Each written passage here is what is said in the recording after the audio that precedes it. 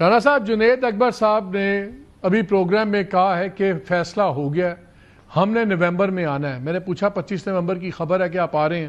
انہوں نے کہا جی بالکل احتجاجی تحریک آئے گی، ہو سکتا ہے اس سے پہلے ہی آ جائے، یہ فیصلہ خان صاحب نے کر رہا ہے، لیکن ہم نومبر میں تو آ رہے ہیں۔ تو پھر اگر نومبر میں آ رہے ہیں تو پھر آپ لوگ کیا جواب ہوگا رانا صاحب؟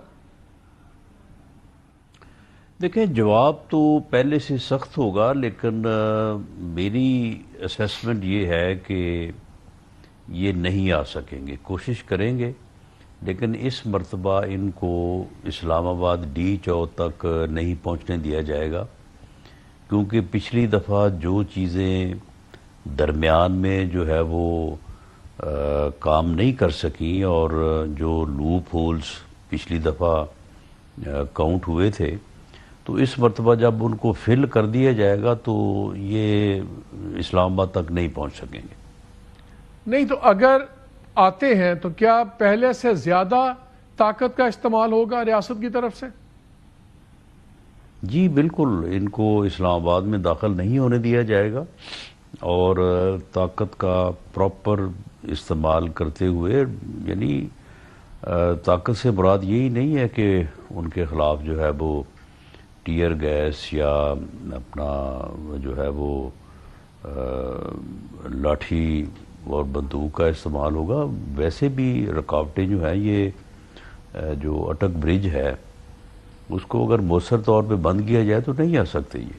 اس کے علاوہ بھی 2-3 پوائنٹس ایسے ہیں جن کو اگر کیئرفلی اور مؤثر طریقے سے بند کیا جائے تو یہ آنا ممکن نہیں ہے۔ اس سے پہلے آپ کے علم میں ہے کہ 2 مرتبہ ان کو روکا گیا، 25 مئی 2022 کو روکا گیا، اس سے پہلے بھی ایک مرتبہ جب اپنا 2014-15 میں اس وقت پرویز خان کھٹک صاحب آئے تھے، اس وقت بھی روکا گیا۔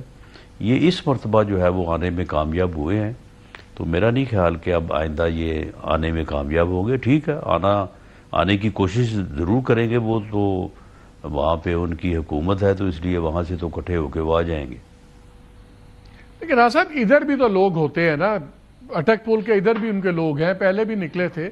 میں تو یہ پوچھ رہا ہوں، اگر آپ سخت رویہ اختیار کرتے ہیں اور خدا نخواستہ کوئی مارے گئے، کوئی زیادہ گڑبڑ ہو گئی، تو تب بھی تو پھر خان صاحب کا تو پلان کامیاب ہو جائے گا نا۔ وہ تو چاہیں گے کہ ایک امن و امان کا ایشو بنے، تو ان کے لیے تو ون ون ہوگا دونوں طرف سے۔ بالکل بالکل، نہیں وہ ون ون کیا، وہ بیٹھے ہی اس بات پہ ہیں کہ کوئی ایسا واقعہ ہو کہ ملک میں فتنہ ہو، افراتفری ہو، انارکی ہو، لیکن ہم ان تمام چیزوں کو جو ہے وہ ذہن میں رکھتے ہوئے جو بھی طریقہ کار اپنائیں گے۔ اب اس کی جو ہے وہ پہلے سے پبلسٹی یا اس کو آن ایئر تو نہیں کیا جا سکتا، تو وہ انشاءاللہ تعالی بالکل جو ہے وہ شافی اور مکمل اس بات کا اہتمام ہوگا کہ بوتھ وے ان کے جو اہداف ہیں وہ حاصل نہ ہو سکیں۔ لیکن رانا صاحب انہوں نے 2-3 اور باتیں بھی کی۔ میں نے ان سے پوچھا کہ اگر آپ آ بھی گئے، پہنچ بھی گئے تو پھر کیا ہوگا، کیونکہ چلے آپ پہنچ بھی گئے تو کیا ہوگا۔ انہوں نے کہا جی ہماری مجبوری ہے، ہمارے پاس راستہ ہی کوئی نہیں ہے، ہم کس طرح اپنی بات سنائیں۔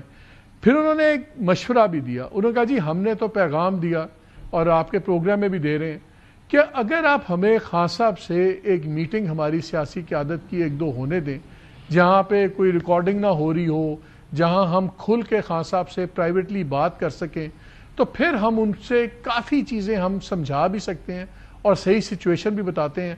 ابھی تو گورنمنٹ کے ہاتھ کے چوز کے لوگ جاتے ہیں۔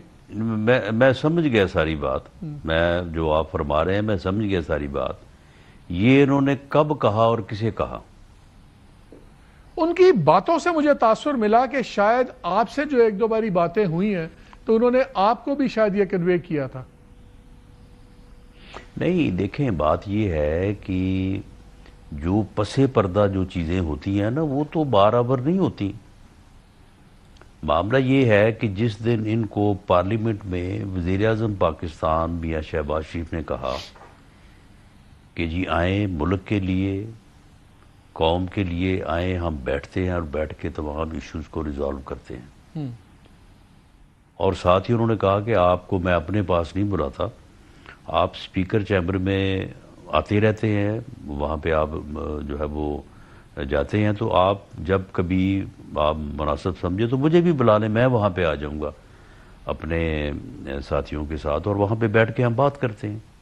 انہوں نے کوئی شرط تو نہیں لگائی تھی کہ آپ آئیں اور یہ بات کریں گے، یہ نہیں کریں گے۔ انہوں نے تو کہا کہ ہم ہر ایشو کے اوپر آپ سے بیٹھنے کو اور بات کرنے کو تیار ہیں۔ تو یہ کہتے ہیں کہ جناب اس وقت جو ہے وہ تقریباً 12:30 ہوئے ہیں، آپ 2 بجے آئیں، ہم بھی ادھر موجود ہوں گے تو آئیں، بیٹھیں، بات کریں۔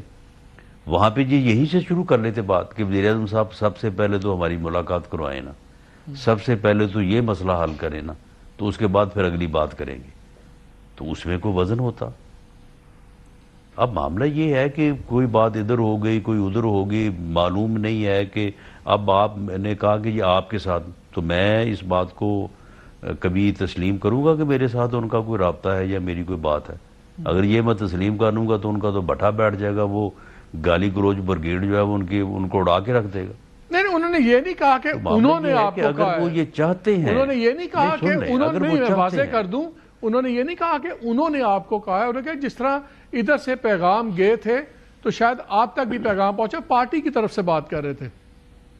نہیں، بات یہ ہے کہ جب وزیر اعظم پاکستان جو ہے عسکری قیادت کی موجودگی میں جو ہے وہ یوم آزادی پہ ایک اوپن آفر دیتا ہے کہ آئیں میثاق کے استحکام پاکستان کریں، سیاسی ایشوز کو بھی ریزالو کریں، اکنامیکل ایشوز کو بھی ریزالو کریں، تو اس میں حرج کیا ہے؟ یہ کہیں جی آئیں جی بیٹھیں، ساری دنیا دیکھے گی کہ جی بیٹھے ہیں، بات کر رہے ہیں، اور کون سی بات جو ہے وہ کون کر رہا ہے اور کون سی بات جو ہے وہ کون نہیں مان رہا۔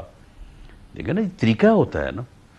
باقی تو یعنی در پردہ یا ادروائز دیکھیں، وہ سارے ہمارے کولیگ ہیں، وہ ممبر پارلیمنٹ ہیں، وہ اپنا اسپیکر اسمبلی رہے ہیں، وزراء رہے ہیں، ان سب کے ساتھ ہمارا ایک اچھا تعلق ہے، تو وہ تو ملتے رہتے ہیں، باتیں بھی ہوتی رہتی ہیں۔ اچھا راز صاحب، ایک خبر تو ذرا بتائیں، مذاکرات یا کوئی آپ یہ تو نہیں کہہ سکتے کہ جی ہماری ان سے کوئی بات چل رہی ہے۔